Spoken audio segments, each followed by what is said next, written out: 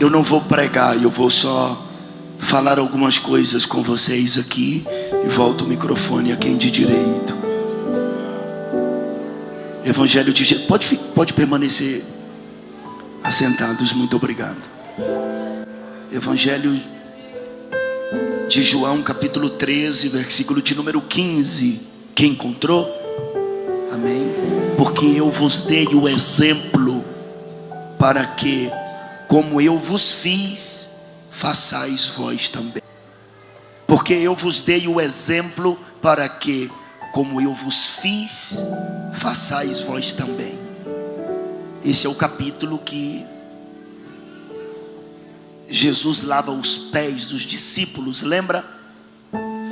E a verdade é que Jesus aqui demonstra grande preocupação para que o verdadeiro significado da serventia seja bem compreendido e que ninguém julgue abaixo de sua dignidade para realizar a mais baixa das tarefas para os outros.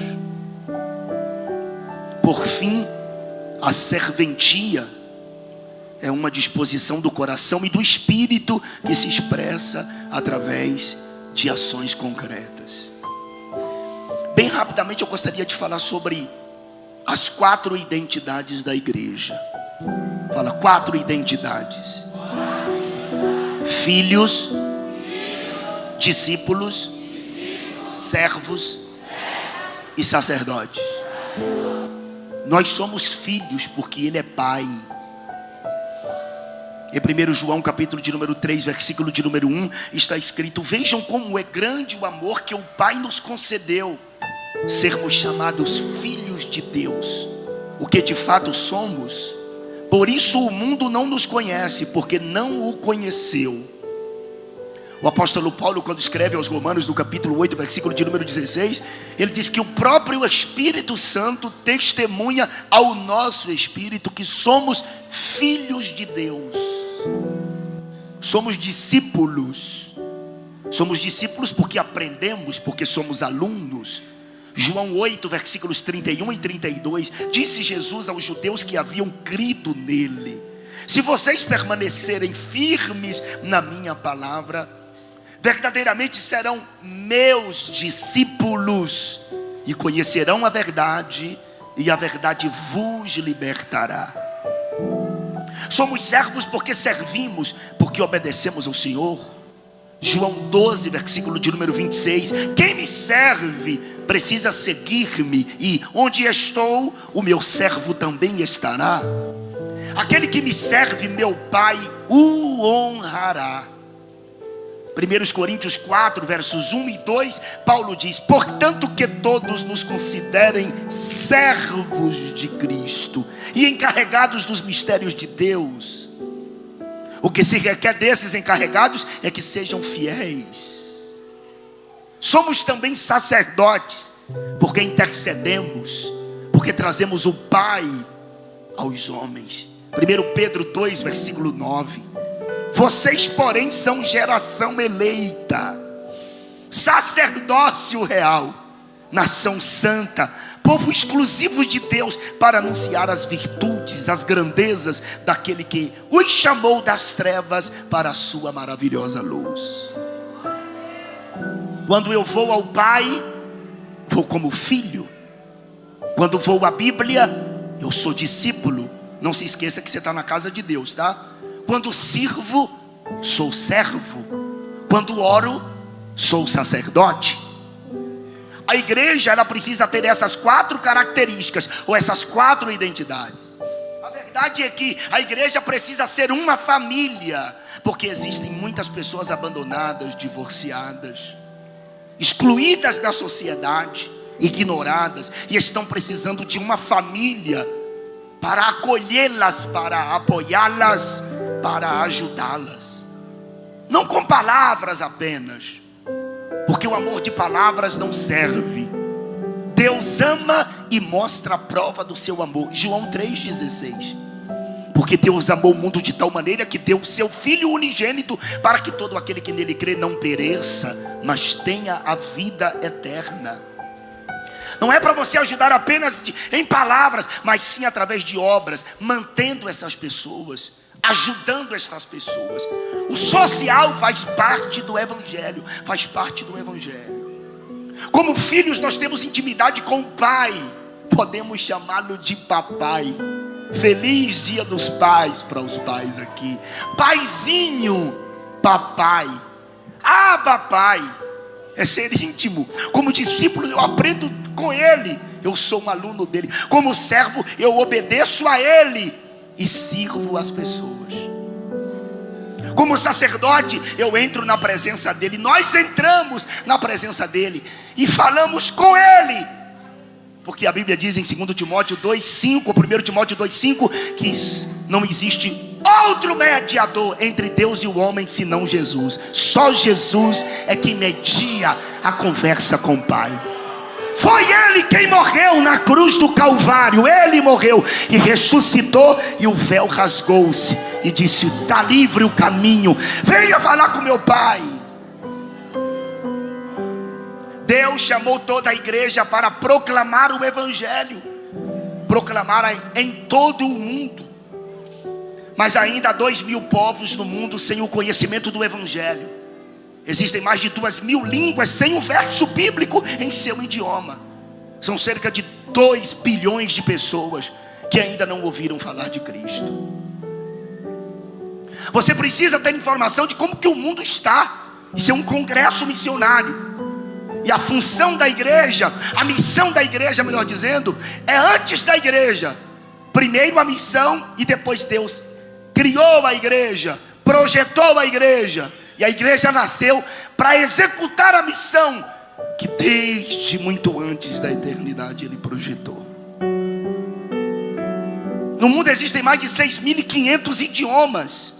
Eu acabei de dizer e repito, tem mais de 2.000 línguas sem sequer um verso das Escrituras. Por isso que precisa de jovens nas universidades fazendo letras, para desenvolver textos com línguas que ainda não existem na Bíblia. Existem 1.850 línguas na África. 150 línguas apenas têm a Bíblia traduzida. Mais de 70 milhões de africanos não têm acesso às Escrituras. Lembrem-se que a maior mensagem da Bíblia é missões. E se tratando de missões, existem pelo menos no Brasil, eu estou falando no Brasil, existem pelo menos 8 segmentos reconhecidamente menos evangelizados, sendo 7 socioculturais e 1 socioeconômico. Olha, os indígenas, os ribeirinhos, os ciganos, os sertanejos, os quilombolas, os surdos com limitações de comunicação, os imigrantes, e o 8º, que é um segmento socioeconômico, são os ricos dos mais ricos e os pobres dos mais pobres. Quando se trata dos indígenas, quem me ouve diz amém. Existem 117 etnias sem a presença missionária. Sim, 117 etnias sem a presença missionária e sem o conhecimento do Evangelho. Essas etnias com pouco e nenhum conhecimento de Cristo espalham-se por todo o Brasil, com forte concentração principalmente no norte e nordeste do país. Os ribeirinhos, na bacia amazônica, tem 37.000 comunidades ribeirinhas ao longo de centenas de rios e igarapés. As pesquisas mais recentes apontam que a ausência de igreja em cerca de 10.000 dessas comunidades. Os ciganos, sobretudo a etnia Calon, diz que no Brasil existem cerca de 700.000 ciganos dessa etnia. Apenas 1.000 deles se declaram cristãos. Os ciganos se espalham por todo o território nacional. Precisa de missionários, de pessoas que preguem para eles. Aí tem os sertanejos, e louvamos a Deus por tudo que Deus tem feito entre os sertanejos, no grande sertão do Brasil, os sertões do Brasil. Nos últimos 10 anos Deus tem feito coisas extraordinárias. Há porém ainda 6.000 assentamentos sem a presença de uma igreja, sem a presença de um missionário para evangelizá-los. Os quilombolas formados por comunidades de afrodescendentes que se alojaram em áreas mais ou menos remotas nos últimos 200 anos no Brasil. Há possivelmente 5.000 comunidades quilombolas no Brasil, sendo 3.524 oficialmente reconhecidas. Estima-se que 2.000 ainda permanecem sem a presença de uma igreja, de um missionário. Surdos com limitações de comunicação. No Brasil estima-se que tenha 9 milhões de surdos. E a esposa desse novo presidente da República agora está desenvolvendo um trabalho. A gente precisa orar pelo novo governo do Brasil, pela esposa que desenvolve um trabalho para alcançar essas pessoas que precisam de recurso e precisam ouvir o Evangelho de Jesus Cristo. Está fazendo 3 meses que eu fui no Egito para conhecer o mundo muçulmano, o mundo islâmico. O Egito tem 100 milhões de habitantes. Chegamos no aeroporto do Cairo, uma escolta policial com homens com metralhadoras. O exército nos levou para o deserto do Saara. E nós fomos fazer o que nesse deserto, pastor? Nós fomos para um lugar construído por um homem, um pastor.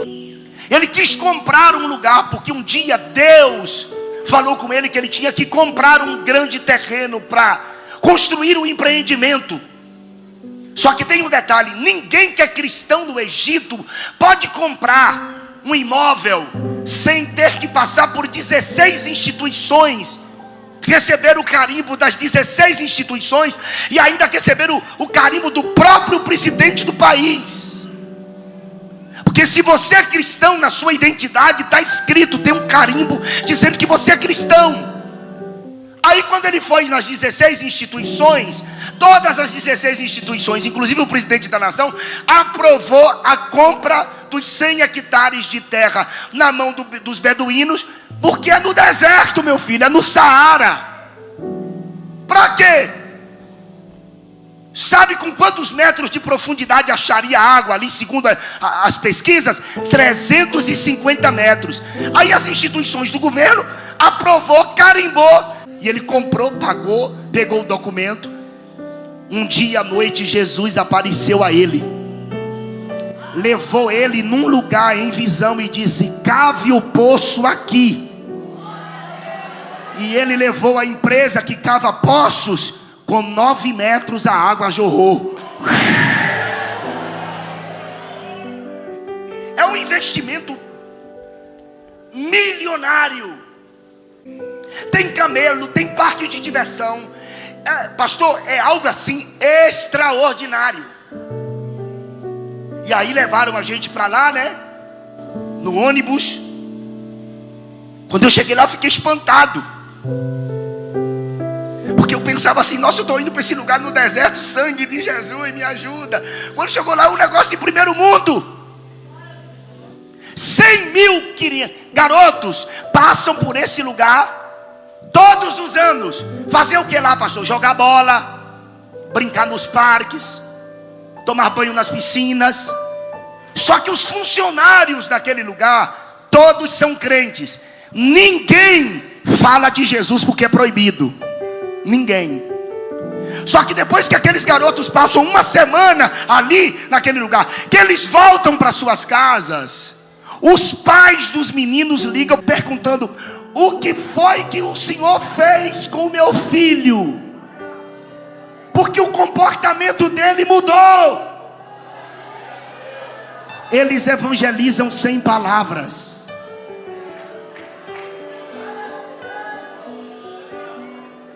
Você é uma carta escrita pelo próprio Deus. Meu patrão não quer que fale de Jesus lá na empresa. Não fale, porque tem crente que é tolo. E eu falo mesmo. Fala, tolo, e tu perde o emprego. Tu cala a boca e a tua vida evangeliza.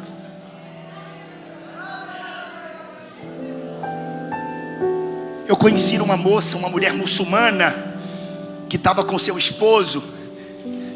Ela teve um encontro com Cristo. Cristo apareceu a ela à madrugada e ela se converteu.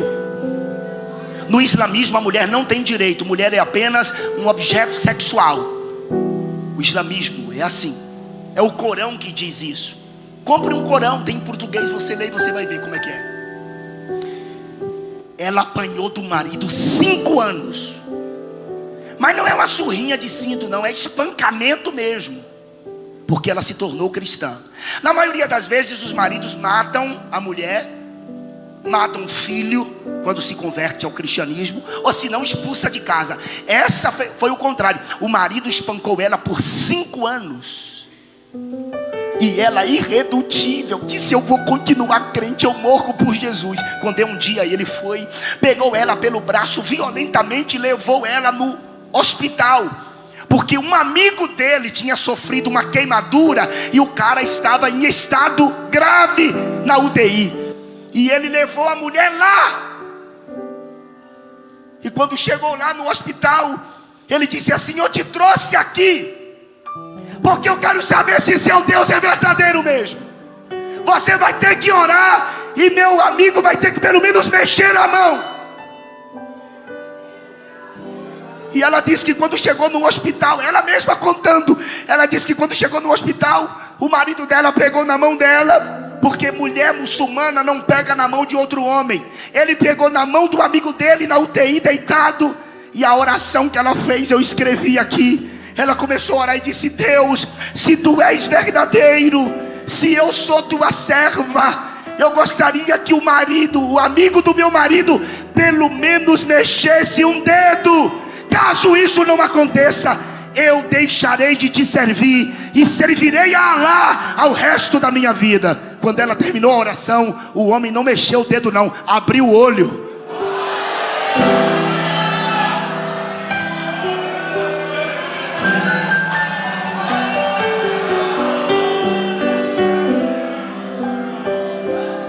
Sabe o que foi que aconteceu?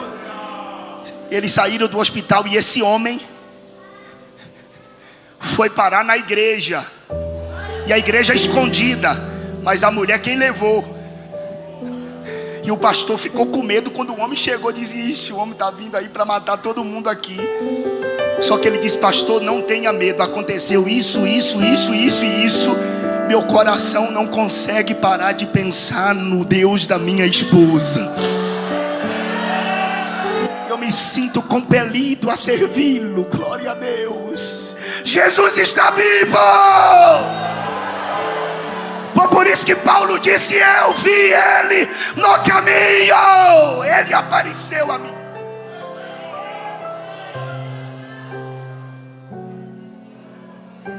Eu conheci um professor de história da faculdade no Egito. Na faculdade tem 100 mil jovens estudando islamismo. E eu conheci um cara que foi professor da universidade, PhD em história. Ele começou a questionar a Bíblia, questionar o Corão e compará-lo com a Bíblia. E ele disse que a história da Bíblia o convenceu. Ele leu na Bíblia que o tratamento que o homem tem que oferecer para sua esposa não é o mesmo tratamento que se diz no Corão, porque o Corão manda bater na mulher, manda ter 4 mulheres no mínimo. E aí sabe o que foi que ele fez? Ele foi conversar com a esposa dele e disse: eu me tornei cristão. Porque ele disse que um dia por volta de 3 horas da manhã, enquanto ele orava, Deus se revelou a ele, Jesus se revelou a ele. E ele contou isso à esposa. E ele disse: a partir de agora eu vou te tratar como a Bíblia manda, porque eu sou um cristão. Sabe o que foi que ela fez? Ela foi e contou os pais dele, de uma família muito rica. E os pais dele empreendeu uma perseguição. Ele teve que fugir de casa. A esposa não quis mais ele, os pais não quiseram. Quando eu conheci no mês de maio, ele estava vivendo no 9º país. O 9º país, porque todas as vezes que a família dele sabe que ele está num país, envia uma célula terrorista para matá-lo, para decapitá-lo. Até hoje ele está solteiro. E ele disse assim: eu tenho saudades da minha esposa, eu tenho saudades do meu filho, e eu tenho saudades do meu pai. Eu queria muito poder abraçá-los, mas se eu não posso, ele disse: eu estou satisfeito em servir a Jesus. Faça alguma coisa para Deus. Aqui você tem liberdade para tudo isso aqui. Você tem liberdade para você glorificar a Deus. Você está aqui até esta hora, olha. São 21 horas e 11 minutos e a igreja está aqui aberta. O povo está ali escutando. Jesus está presente, nós temos liberdade. Faz alguma coisa para Deus.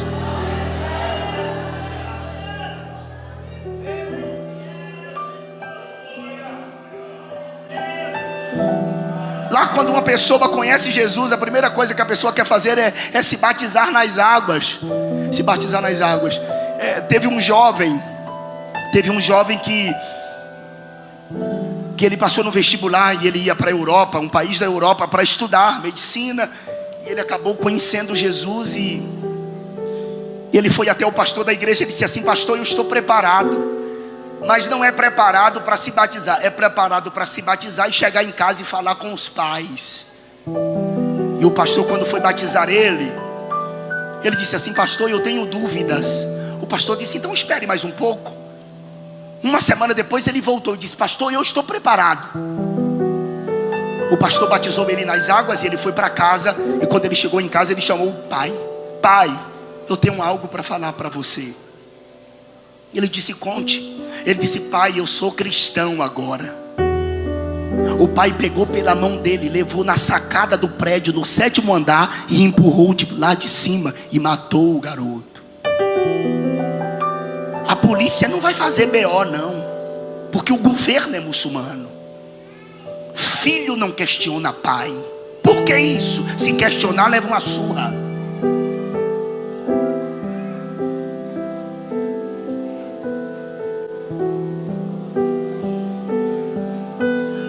Uma jovem de 26 anos de idade, uma moça muito bonita. Esse testemunho aqui foi um testemunho que eu não tinha como não chorar e não me alegrar e não pular. Porque ela disse que conheceu Jesus e ela foi se batizar. E o pastor perguntou: você está preparada? Ela disse: tô, pastor. E ela se batizou nas águas e ela foi para casa. Depois de 1 mês de crente, ela queria já se batizar. E quando ela chegou em casa, ela pegou no braço do pai e disse assim: papai, eu tenho uma coisa para dizer para o senhor. E ele calado: pai, eu tenho algo para falar para o senhor. Olha, eu sou cristã agora. Eu sou da igreja do povo da cruz. E o pai dela calado. Ela segurou no ombro dele e disse: pai, o senhor está ouvindo o que eu estou falando? Eu sou cristã. Eu agora sou da igreja. Eu sou do povo da cruz. O pai dela pegou violentamente pelo braço dela, arrastou até a cozinha, empurrou ela sobre uma cadeira. Ela se assentou. Ele foi no armário, pegou uma vasilha de mantimento, jogou em cima da mesa. Ele disse: eu sei que você é cristã. A gente mora num lugar que tem 100.000 mesquitas. A cada 400 metros tem uma mesquita. Eu sei desde o primeiro dia que você foi. Mas olha aqui, você sabe o que é isso? Ele abriu a lata. Ela disse: não, pai, o que é? Ele disse: isso aqui é estricnino, veneno de rato. No primeiro dia que você chegou aqui em casa, você tomou com sopa. E eu esperei que você caísse aqui na mesa, morta, e você não morreu.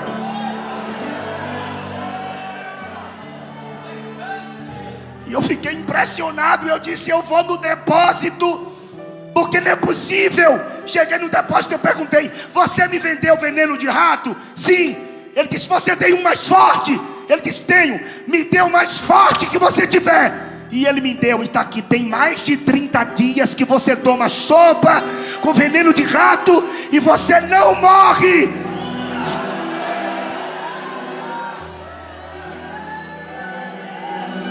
Vá embora e sirva ao teu Deus. Por isso que ela está viva e servindo a Deus.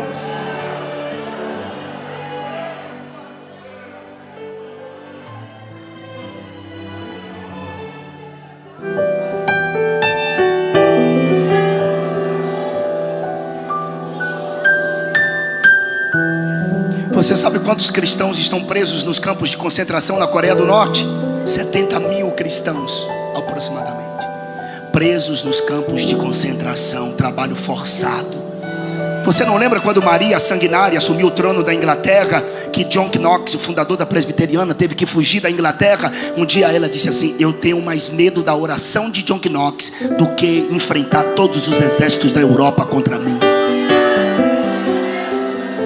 O governo chinês está dando $1.500 para denunciar cultos. pastor, eu não sou crente não. De alguma forma você crê em Deus, então você é infiel, você é decapitado também.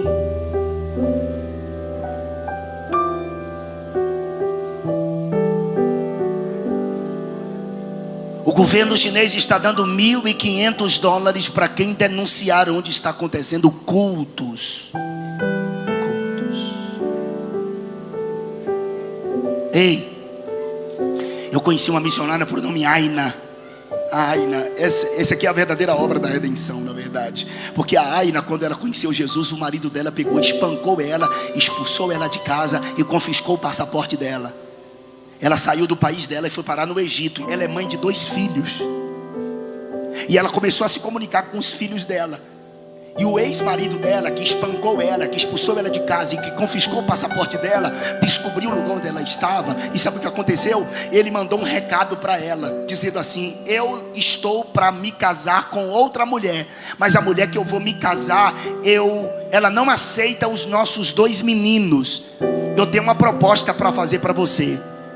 Eu vendo os meninos para você. Se você não quiser comprá-los, eu os mato. Essa mulher, ela estava pulando, porque ela trabalhou 1 ano e meio vendendo lanches para comprar os próprios filhos na mão do marido dela. E na noite que ela estava dando testemunho, ela não sabia se ela pulava, se ela chorava, se ela glorificava, porque ela conseguiu o dinheiro que comprou os filhos dela na mão do marido e também as passagens. E eles tinham embarcado no país deles e ia descer no Cairo no outro dia. Ela comprou os próprios filhos dela.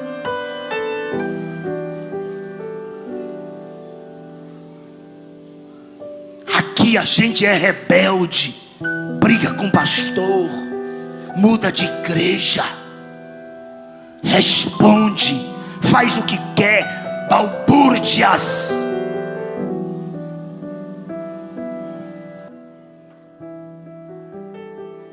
Eu conheci missionário dele, está chorando, o missionário do Iêmen. Procure no Google aí que você vai ver 7 jovens da Jocum foram assassinados em praça pública no Iêmen por pregar o evangelho. Eles matam em praça pública para que todos vejam, porque a religião é o islamismo. O pastor disse: eu só queria fazer uma oração alto, e eu não posso. A gente ora de mãos dadas uns com os outros, enquanto choramos, a gente se olha, se entreolha, porque nós não podemos orar alto, com medo de alguém ouvir a nossa voz. Teve outro pastor que disse assim: eu queria cantar e pular alto, e eu não posso, porque no país que eu estou é proibido pregar o evangelho. Eu conheci um missionário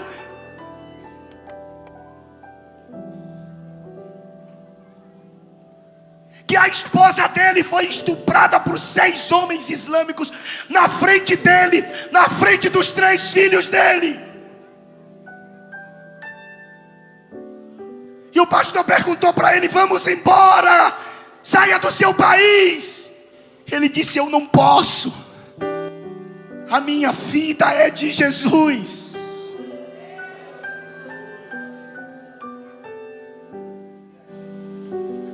Deus está nos chamando para uma responsabilidade maior. Deus está nos chamando, nos convocando, nos chamando para fazer algo extraordinário para Deus. E não precisa você morar numa capital como eu moro lá em Salvador, a nossa capital baiana. Não precisa, é aqui nesse lugar mesmo. É aqui. Deus tem algo nesse lugar. Aqui você pode gritar, você pode exaltar, você tem liberdade. Aproveita. Faça alguma coisa para Deus. Faça alguma coisa para Deus. O Espírito Santo está... Glória a Deus. Fala alguma coisa. Faz alguma coisa para o Cordeiro de Deus. Jesus chamou você. Não temas o inferno, não temas, não temas, não temas. O maior é o que está conosco. Levante uma das mãos para dar glória para Jesus. Aproveita a liberdade que você tem. Aproveita. Aproveita.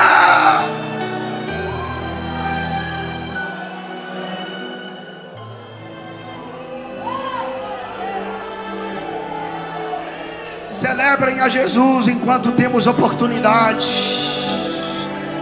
Quem se alegra com Cristo nesta noite? Sou o resplendor de sua glória. Canta isso aí, vai. Sabe o destino.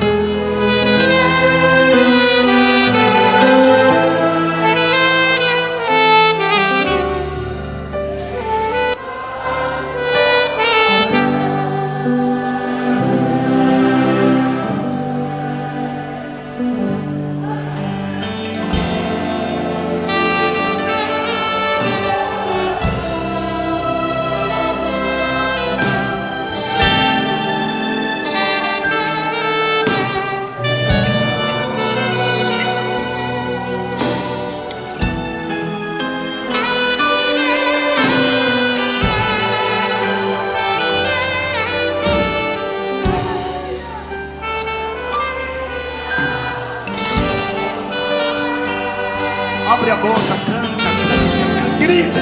Se isso não,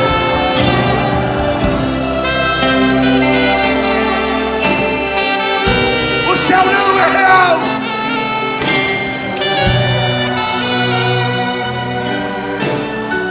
Tudo perde o valor. Se isso não for amor. O Espírito Santo está chamando você. Vem. Traz esta pessoa que está do seu lado. Traz. Eu quero orar por você. Eu quero orar. Vem. Vem em nome de Jesus. Vem em nome de Jesus. Eu pediria, com a permissão do pastor, que você ficasse de pé.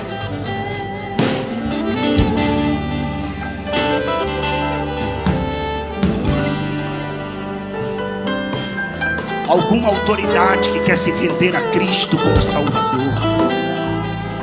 Vem. Jesus te chama. A questão do Evangelho, senhores deputados, senhora prefeita, sabe o que é? É renúncia. É que quando você passa a servi-lo, você tem que renunciar a muita coisa. E isso é o vilão. Porque quando você está no mundo, tem sua religião, aí você bebe, fuma, é doidão, não, sabe? Mas servir a Cristo. E talvez a senhora possa até dizer assim: não, mas eu conheço crente que é pior do que ímpio. É, eu também conheço, mas não se salva. Não se salva. Talvez você diz assim: pastor, eu não gosto de ouvir sobre isso, porque vocês acham que vocês são os donos da verdade. Não é não. É isso aqui que é a dona da verdade. É a Bíblia Sagrada. prefeita, com respeito à senhora, o senhor deputado que está aqui, as autoridades que estão aqui, olha só, a pregação de Jesus foi sobre a vida eterna. Se eu sou pastor, se eu morrer sem Cristo, eu vou para o inferno. Quem disse isso foi Jesus. Se a senhora, prefeita, se a senhora não se entregar a Cristo, se o senhor deputado, secretário, presidente, se a senhora não dá sua vida a Jesus e dizer eu vou te servir, a senhora vai para o inferno. A senhora aqui do lado, se a senhora não dá sua vida, se a minha mãe Elisa, de 74 anos de idade, se ela não servir a Deus, a Bíblia diz que ela vai para o inferno. A Bíblia diz: Jesus morreu para nos salvar do inferno, mas para isso ele disse assim, ó: eu sou o caminho e a verdade e a vida. Quem quiser vir após mim, negue-se a si mesmo, tome cada dia a sua cruz e siga-me, venha. Não é ofender ninguém não, porque isso aqui é válido para nós. Ei! Se Jesus não vir daqui a 10 anos, várias pessoas que estão aqui não vão estar mais aqui. Se Jesus não vir daqui a 20 anos arrebatar a igreja, vários dos que estão aqui não estarão mais aqui. Se Jesus não vir daqui a 30 anos, muitos dos que estão aqui não estarão mais aqui. Se Jesus não vir daqui a 50 anos, a maioria dos que estão aqui não estarão mais aqui. Se Jesus não vir daqui a 100 anos, ninguém que está aqui estará mais aqui. Sabe por quê? Porque todos nós vamos morrer. E o problema não é morrer, o problema é para onde a senhora vai depois da morte. E Deus me enviou aqui para falar para vocês deixar o pecado, a vida pregressa e entrar na glória. Ladrão não vai para o céu, adúltero, prostituto, idólatra, mentiroso, fornicadores. Jesus quem disse isso.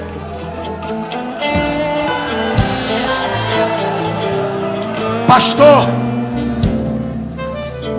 por que você fala tão forte? Eu não posso falar sobre isso sorrindo.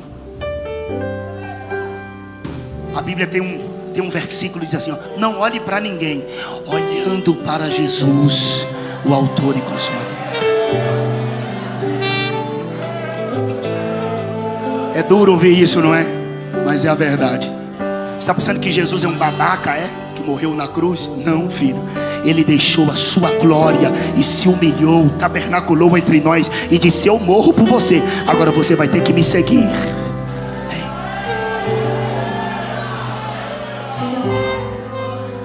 Alguém diz assim para mim: mude a pregação, mude a sua pregação. Como que eu vou mudar? Não vou mudar. Esse rapaz de boné de camisa branca é crente? Venha dar sua vida a Jesus. Vem, vem, vem, vem, vem, vem, vem, vem, vem, vem, venha.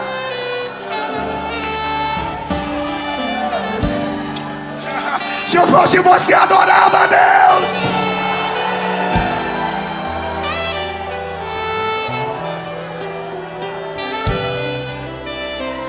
Ora por ele. Isso. Ninguém explica Deus. Ninguém explica.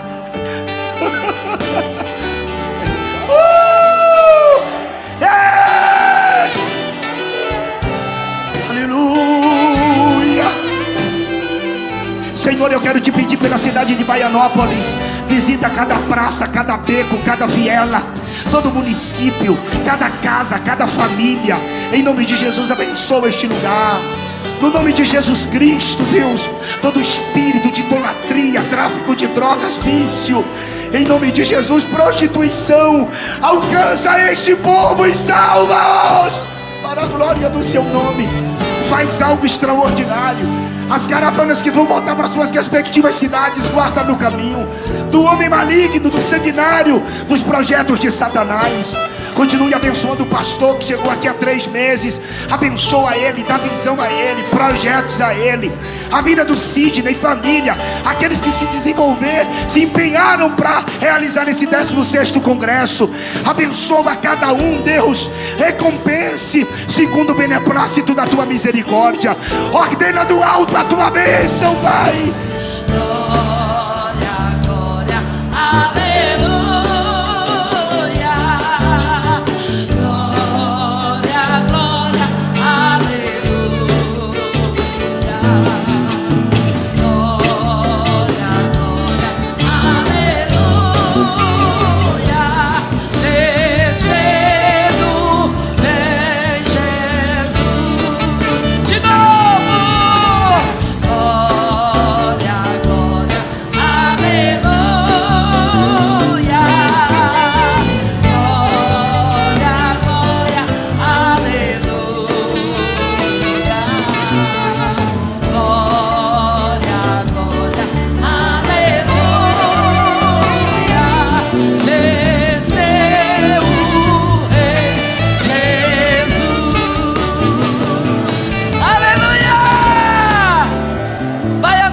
Do Senhor Jesus.